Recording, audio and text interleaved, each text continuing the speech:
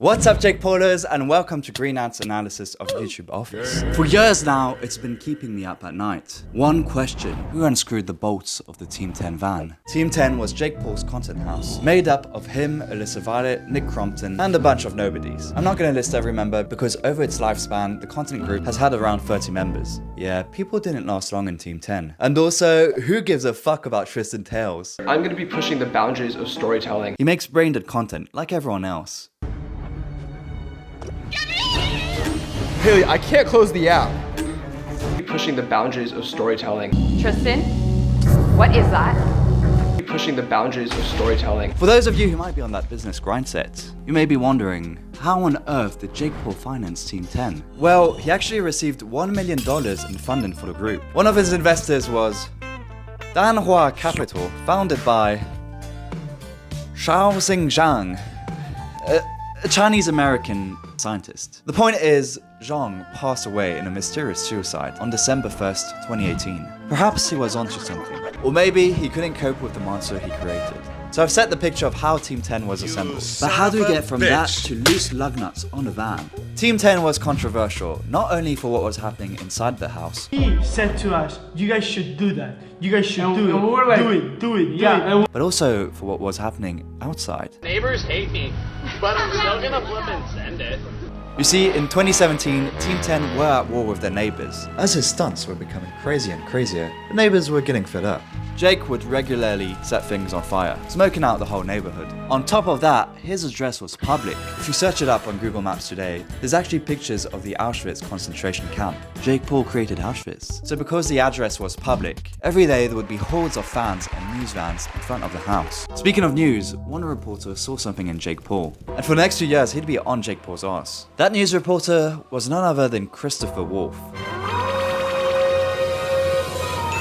Live in West Hollywood, Chris Wolf.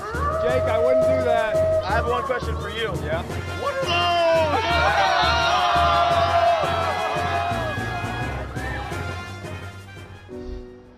I guess he didn't like my shoes. Yeah, and I want to apologize too. Like if I was being disrespectful at all, like I didn't mean to like diss your shoes. What are those?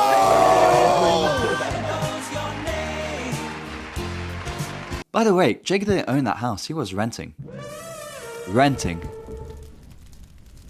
So the neighbors would latch onto any reason just to sue him. As soon as Jake would slip up, lawsuit. For example, one time Jake went to apologize to one of his neighbors. He filmed this apology for his YouTube channel. We just want to like come over and greet all of our neighbors and like apologize for all the chaos. What he didn't know though is that LA has some pretty strict eavesdropping laws.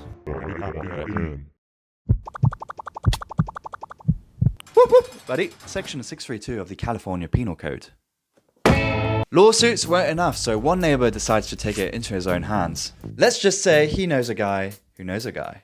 The neighbors unscrew the bolts of the Team 10 van, and Jake Paul nearly has a fatal accident on the highway. Now this was actually what Jake Paul had thought had happened. But Jake Paul is dumber than a brick. So who actually did it? Who sabotaged Jake Paul's van? Was it a neighbor, a fan, news reporter Christopher Wolf, or maybe it was his own brother? Logan and Jake weren't on the best of terms. They were beefing. To the point where Logan decided to get Alyssa Violet on his diss track towards Jake and did this.